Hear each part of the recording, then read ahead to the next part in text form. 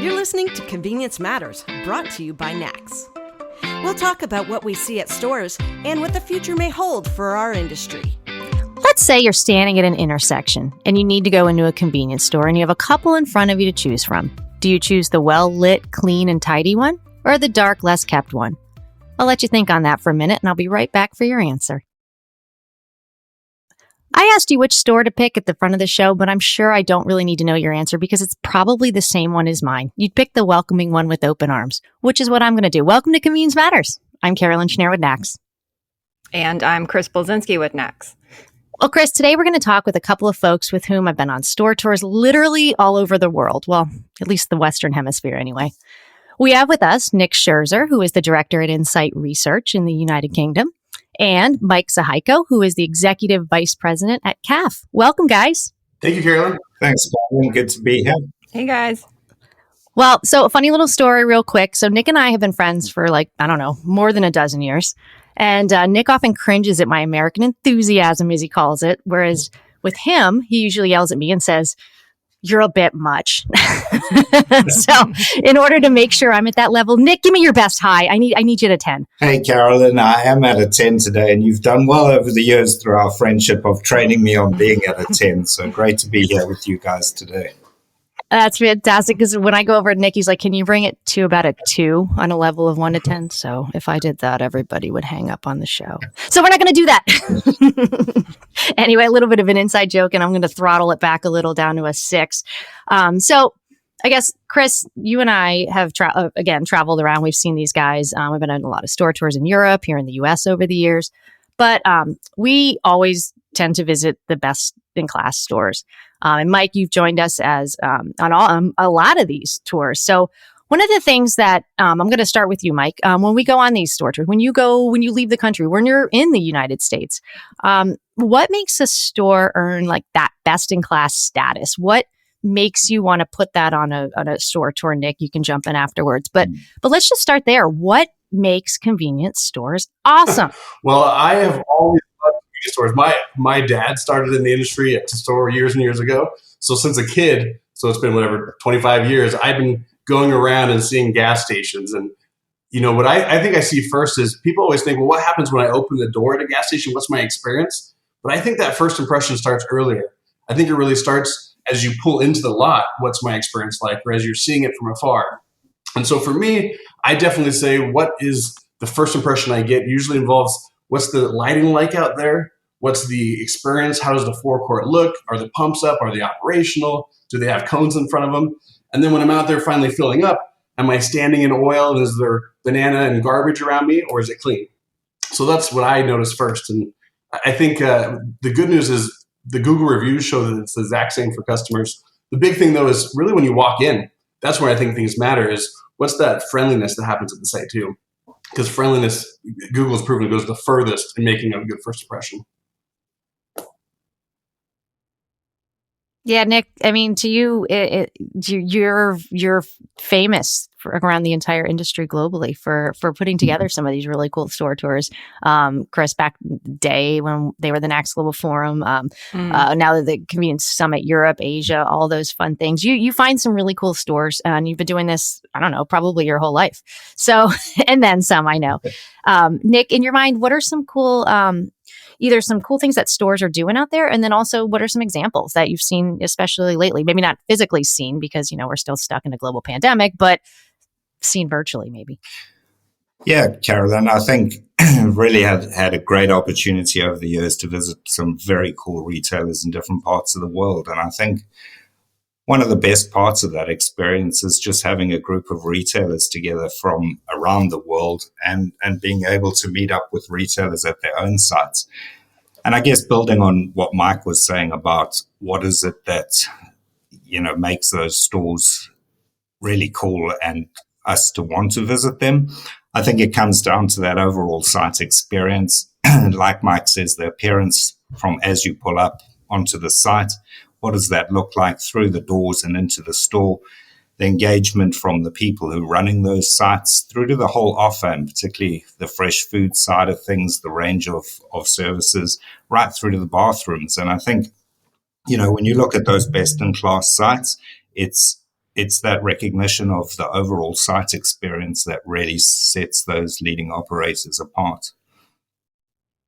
Yeah, Nick, you guys have done some really fantastic webinars all throughout the pandemic with your Shop Talk Live series. And a lot of that is essentially a store tour of some of the really best in class retailers around the globe. And then we had some winners from the NACS Convenience Summit Europe this year, particularly Maxall won the best of the best. I'm guessing you've been to that site, yes? I haven't been to that particular site just because of very similar because of the last year, and obviously traveled extensively in Ireland and seen that market develop over the years, and it's been an incredible journey of development. And I think it's, Mike and I were talking about this the other day, how Irish retailers drew on so much of the experience from the US going back 15 plus years ago, and took a lot of the learnings from leading retailers in the US, the likes of Sheetz and Wawa, Rutters, and just to name a few, and brought a lot of that learning back to their own market and customized it for the Irish market and have developed over the years. And I think it's testament to a number of Irish retailers, but Maxall in particular at this point in time, having just won the NACS Best Award. And I think, again, it goes to the overall site experience that they've created, the offer in store, and then the site standards. I think the site standards is a really big piece of it that Maxall have excelled at, in both across their whole estate and in partnership with the sites that they run with Aramark. Yeah. And everybody wants to go to Ireland, right? From the US, everybody wants to go to Ireland. They want to see what's going on with food service. And, there's definitely been some really unique trips that NACS does put together and will put together in the future, going to different places around the world. When we get into 2022, we're finally going to get to go to Berlin since we got canceled on that. And memory serves me correct. It's a convenience market that's a little bit in its infancy on the in-store offer. It is a large, the forecourt really is what is creating that experience. Like Mike, what you were getting into. I mean, they definitely are ahead of the curve in a lot of ways. There's, the EVs, there's the hydrogen even. I believe there was some propane, some natural gas, things like that going on over there. Those are, to me, are really differentiators, really unique in certain areas and emerging in others. So given what you guys have experience with, when retailers are bringing all this, this offer into the forecourt that's not traditionally fuel, does that create challenges? Well, I can answer that one. Certainly it does. I think the biggest change maybe is not so much the energy offering, but the being a consumer stop or a destination location. I've seen that being the biggest global trend where, fuel has been slowly declining or remaining flat for a lot of areas. In some markets like Norway, you have a high penetration of EV. I think the customer journey or destination has really been the focus for a lot of retailers. And particularly they're trying to do that by making their spaces a little bit more friendly, making them larger, having a place to stop and stay. Chris, you mentioned Berlin, and last time I was there, I was really impressed with the SPAR site that I visited. You walk in there, they have a great welcoming sign at the beginning, and then you go inside there, and they did a really smart thing where as you look off to the right, that was where your food service experience was. So it almost felt like you're walking to a Starbucks or a Panera Bread or something really nice. And then on the left side, it was more of your traditional C-store. So you got both experience, and then right in the middle was that coffee destination. And then I was particularly impressed with their bathroom there. They have the smallest restrooms, period. And you could touch all four walls at any given time. But they put in this, it looked as if you were in the top of a tall building in Berlin and you could see out. So it made you feel like you weren't as isolated when you're in a tight little bathroom. But great experience. And you're right, the world is changing. And I would say that Europe in a lot of ways has really gone ahead when it comes to the in-store offering. Although I see the US trying to catch up. And some of the great retailers are really doing that and even making strides ahead. And then I would actually give the US more credit for the fuel. I think in the forecourt experience and just how they run their sites, they're usually bigger. They have a lot of parking. They're about convenience and fast. There's a good look and cleanliness about them. So I would say if you look at the two, I think Europe is definitely ahead when it comes to in-store and the offerings and the look there. And then I think Europe is trying to, and I see trends happening already with a lot of the big retailers there, of going more to how do I create that great, easy experience on the fuel side. Yeah, and I mean, Mike, I would definitely echo that. And over the years, and particularly going back as long as 10 years ago, there was on those retailer study tours, there was always an observation from the Americans commenting on the in-store offer, and particularly around fresh food in Europe and how much further they felt that was ahead. And then conversely, that in the US, the curbside appeal of the sites and the overall impression of the site was of a higher standard. And I think one of the interesting things over the last, couple of years is that difference has started to narrow substantially. Whereas in the US, you're seeing the development of fresh food offers really increasing and advancing massively.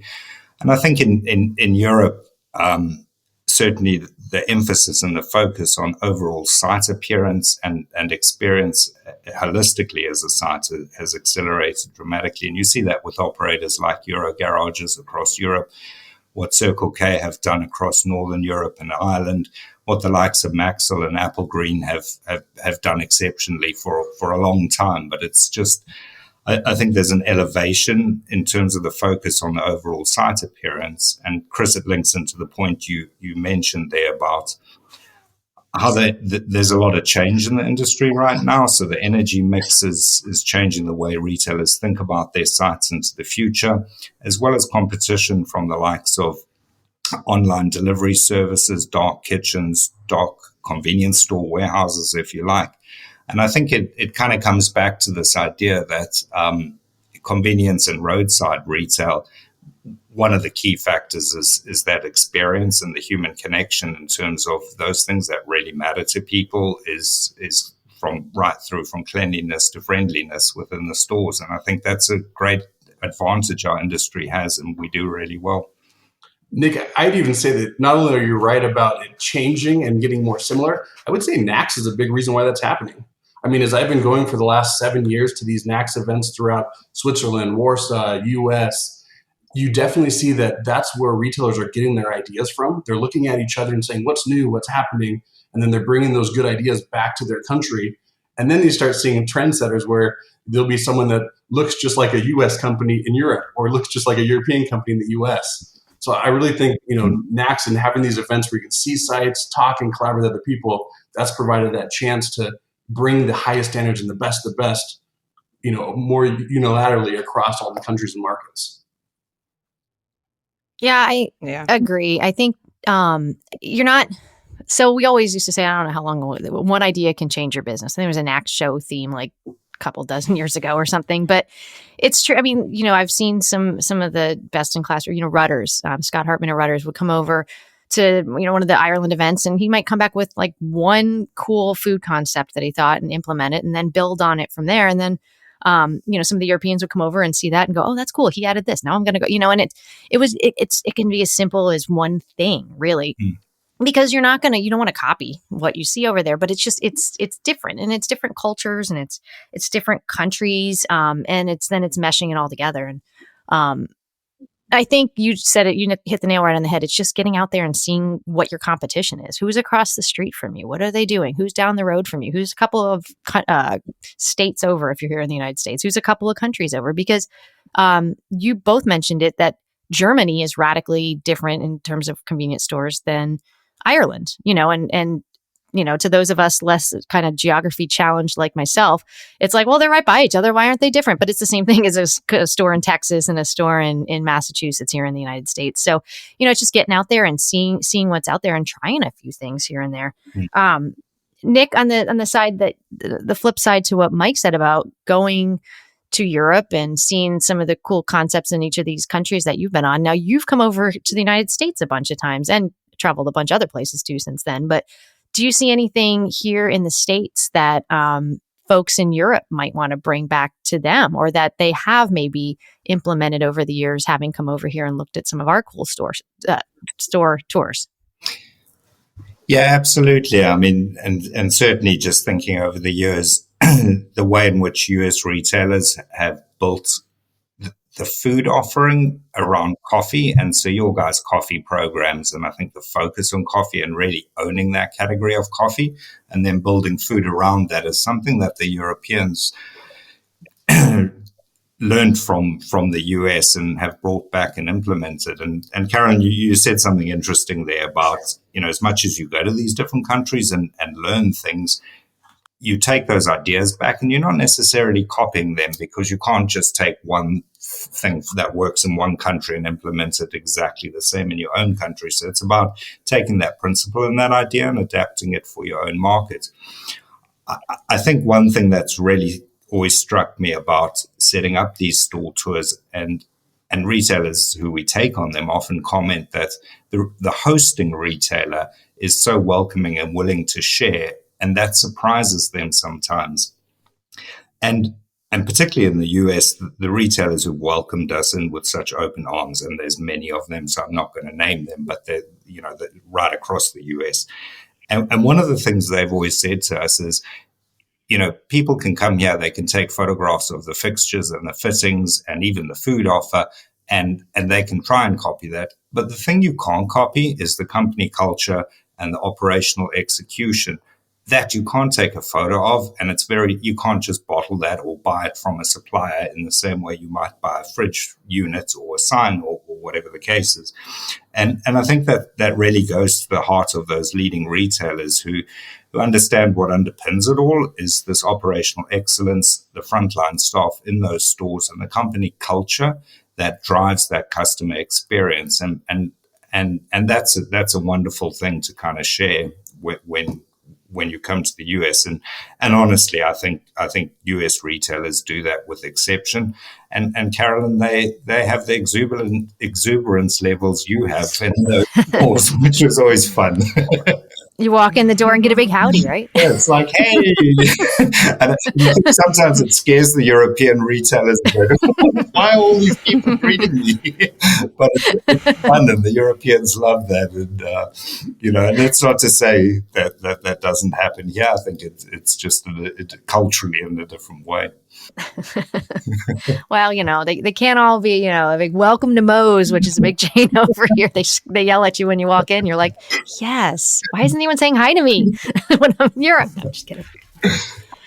I guess one of the other questions too, and I want to just dig in a slight bit when, the pandemic here and everywhere too, but especially here in the United States, we turned to mobile phones, mobile ordering. You said delivery, carry out, things like that. Did you see that as much over there where you could, Nick, place your order and it really, I even mentioned ghost kitchens, highlight the convenience food offering, even more so when you couldn't go in and pick it up off the shelf? Maybe. I mean, well, they were open. Your stores were open probably as much as ours were, but, you could scroll through the food offering while sitting on your couch. And I know, Mike, I don't know, I'm just talking from a US perspective, I could see, on an app, I'll pick sheets. I can see on the app what everything new is, what's for dinner, what do I want to do, have a longer than a 2-second walk in, make my decision and leave kind of moment there. So I guess as I ramble on, Nick, my question was going to be, did mobile draw a lot more traffic into stores, do you think, in light of the pandemic? Yeah, I think so. Certainly to an extent. Like you say, the stores remained open through the pandemic as essential retail. But I think one of the interesting things to have witnessed was and this is true, I'm sure, in the US too, but the rapid acceleration of retailers advancing their technology capabilities, in terms of mobile app ordering, curbside pickup, and those kind of things. And then probably over the last year or two, the entrance or at least the advancement of a number of competitors to our channel who are operating either food offerings via apps from dark kitchens, and particularly in the major cities, as well as then, effectively dark convenience stores or with warehousing and ordering off apps. So I think, that's certainly created a bit of a different dynamic in terms of the overall market. So it's been interesting to see the pace at which that's developed. Nick, I think you're right. It's amazing how fast COVID expedited things. And really, there's some customers that they'd always love that convenience of being an order and go. But I'm amazed how much, and we were talking, Nick, you and I, with the reunion of the Global Forecourt Experience Challenge just yesterday. And so we heard from retailers all across the globe, from South Africa to Ireland to the US. And the fascinating part is business all across the world is coming back. People are coming back to the stores. They're actually buying more when they're there. So we're seeing that, the average basket size continues to rise, and they're buying like top-up items. Although I think I'm starting to sound European when I say that. They're buying grocery items. Mike, we've been training you well on the Europeanisms. Exactly. I need to keep working on that. So it's just interesting to see how I think business is definitely returning. Everyone's looking around saying, what are some of these long-term trends that are happening? Are people going back to work? Are they working remotely? Staycations? So I think retailers are looking to see what's the big change, and technology is definitely going to be a big part of that. But I think, as Nick mentioned earlier, just day-to-day store operations and the frontline employees, they continue to be the biggest part of providing that great customer experience. I was amazed. We do a in-depth study every year because in the U.S., we have tons of unilateral data. NACS puts off great material that says, here's what's happening across the U.S. Well, in Europe, it's a whole bunch of small set. Well, maybe it's bad to say small, but compared to the U.S., smaller countries, relatively small countries, thank you. That they don't share their data, and the insights don't go across the board as much as they do in the U.S. And so what we did is we looked at 1,000 different reviews from just Google of what consumers are saying when they go to C-stores and petrol stores across Europe. And surprisingly, it's very similar to the US, although there are some unique trends. But the one universal thing is that friendliness. So Carolyn, hi, so glad to have you. Even in Europe, according to the study, 66% of the 5-star reviews mentioned a friendly, welcoming store. So maybe that smile and that level 11 excitement is starting to come across to Europe. Oh, there we go. Nick, get ready. Yeah, but Mike shared with me, some of the high-level results of that survey, and it's just interesting, particularly that friendliness came out as one of the number one reasons to visit a gas station or service station here in Europe, as well as cleanliness and safety, which I think again has been accelerated in terms of a concern for the consumer during the pandemic. But I think on the friendliness point, it kind of links into that competition coming from advancements in technology, online delivery, and those kind of things. I think one of the really cool things for our industry is that the sites are well positioned for where people are traveling, and one of the things people want is that human interaction and the overall site experience. And so I think it kind of plays into the increasing importance of that as we go forward into the future with the changing role of convenience and gas station locations and just becoming even furthermore establishing ourselves as destinations that offer a wide range of services and food offers. Now, maybe I can turn the questions back around at Chris and Carolyn for a second. I was going to say, I was going to ask a question, but I was listening to you guys and I forgot what I was going to ask. So my question back to you is, when you look and hear and you speak with so many retailers across the world, what do you see as far as the long-term trends that will come out of this changing retail dynamic from the pandemic? People are changing. You got labor shortages of actual products, getting Coke and Pepsi to the store. What are you seeing as those top of mind issues for other retailers?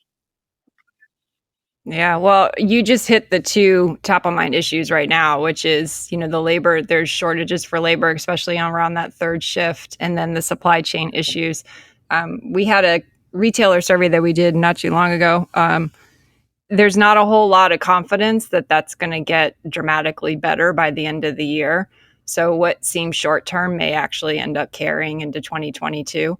It's certainly fixable, but there's not a quick fix.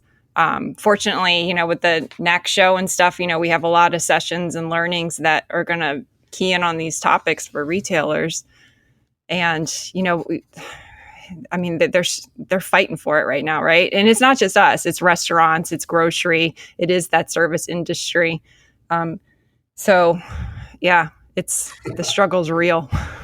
And I think too, just like you said, it's, I mean, customer service is clearly the thing that folks want to see. That customers want to be serviced with a smile, I think, and so. Don't just give in, don't be like, hey, I just need a warm body standing at the front desk or the cashier or the front of the house just because you need help. Keep training, keep smiling, keep pushing that culture and don't give up. And I think if you do it well, highlight it and then continue to do it better. And it is cleanliness, just like I said at the top of the show, clean, well-lit stores. Get out there and if you're shorthanded, then double up and get out there and scrape the gum off the parking lot and make sure it's a nice, welcoming place because that's what's going to draw folks in, at least here in the US. I mean, we come for gas and then they go in for other stuff more often than I think in Europe. It's the other way around, I think. So double down and just keep doing what you're doing well and just do it even a little bit better and you'll get rewarded by the customers wanting to keep coming back. And then cleanliness and safety is always going to be important. And one thing I read earlier today was that of all the things that you did during the pandemic, just keep washing your hands. Don't give up on that. And it's the same thing for, that's just that's my PSA today. Just keep washing your hands. But, I think in general, like keep cleaning the stores, keep shining the counters and washing the windows, but especially make it look and feel like not grimy and not germy and stuff like that. Because I don't think any of us want to go back to a germy time before. I think we've all realized that like health and safety is really important. So that's another thing. Those are the things that I think retailers need to continue to pay attention to, and some trends that I really hope stick, including wash your hands. That is so awesome. And combining Chris's your comments about is it fixable and can you just throw money at it? The interesting thing is we saw a study where there's a large retailer adding, many sites. We got over 1,000 sites, but adding many sites every year. And so they look at the customer ratings. What are customers' reviews? And what are the SMG scores coming back on their sites? And usually you'd expect for them to have higher than their peers reviews for a long time. But the surprising part is that long time was only 85 days. So you invest millions of dollars, make a great store, but then after 85 days, if like Carolyn said, they're not picking up the gum or washing the windows, those are just daily maintenance that have to maintain the great sites. And I think that's a scary factor where you can invest a lot and have a great design, but if your frontline store employees don't do a great job of greeting their customers and providing that welcoming experience, even the best investments and strategies can ultimately be, not realized for the customer.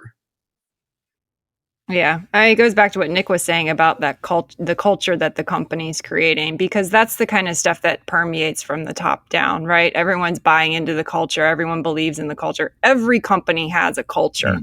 You might not like it, but you have one. Trust me. So, yeah, I think everything that you guys have summed up about how to really advance and move forward through some of these really large issues right now. It is telling your story and being lean on that marketing department and just get it out there. I mean, Mike, you guys are looking at Google reviews. I mean that's a good. Google Trends is another good way to kind of get the pulse of what's going on. And, that kind of stuff, it's out there. It's free. You can look it up anytime you want and see where people's heads are at. And you can certainly see where they're at when it comes to your stores. So yeah, I think that if you don't like it, you got to change it because the only one who can tell your story is you. Or because someone else is going to do it and you might not like it. That's a really good way to say that. And I think, we're running up on time here. So it's looking at the competition is important. Like we started, it's going to see what's out there, what's over there, wherever it is. It's checking out what other people are doing, just so a little situational awareness, but also getting some great ideas. But then it's also turning around, looking at yourself and looking at what your customers are saying, just like Chris said. So, I think the takeaway here would be just keep your eyes open. And, when you can, if you can, maybe take a little trip, whether it's close or whether it's far. So Nick, you mentioned, and you both mentioned, some really great things that I want to mention real quick on where to find them, because I know you've got some awesome videos up on your site between the competition that you mentioned earlier, Mike, and the Best of the Best Awards, which are some of the things that we've done at NACS. Where can listeners go to find more? And I'm going to put some of the those in the show notes too. So tell us where to find you and all that information. Yes. I mean, a great kind of resource, I guess, is Global Convenience Store Focus, which is a website we run, and really it's a combination of retailer stories predominantly and things that are trends that are happening within the industry. So there's a number of unique feature articles on that site looking at retailers from around the world. And then there's our Shop Talk Live webinar series, which is hosted on that platform too. And Chris referenced it earlier, and effectively, it's partly a conversation around the industry as well as connecting with retailers and seeing what's happening in their businesses and their stores. So, there's a bit of store tour element on there virtually, and great place to check out a lot of that information. Awesome. And Mike, where can we find you? Are you on LinkedIn I'm a lot? on LinkedIn a lot. Our website's mycaf.com, and we try and post some of those lessons and learnings. Because like you said before, retailers are happy to share their best practices and what's good and out there. And so we've had the unique ability to just go see what everyone else is doing and grab some of the best practices and just make them available and share them. And that's kind of where I think we can all learn from each other, and that we don't have to reinvent the wheel every time you're trying to say, well, how should I go disinfect my pumps? Or what should I do out here? There's already a process for it. It can save us all a lot of time. That's really cool. Well, guys, thank you for joining us. Mike, Nick, Chris, this was awesome as always. Thank you so much for awesome ideas. Hopefully you guys your listeners got some good ideas, takeaways, and will join us on one of these global trips or even domestic U.S. trips someday. And thank you all for listening to Convenience Matters. Convenience Matters is brought to you by NACS and produced in partnership with Human Factor. For more information, visit convenience.org.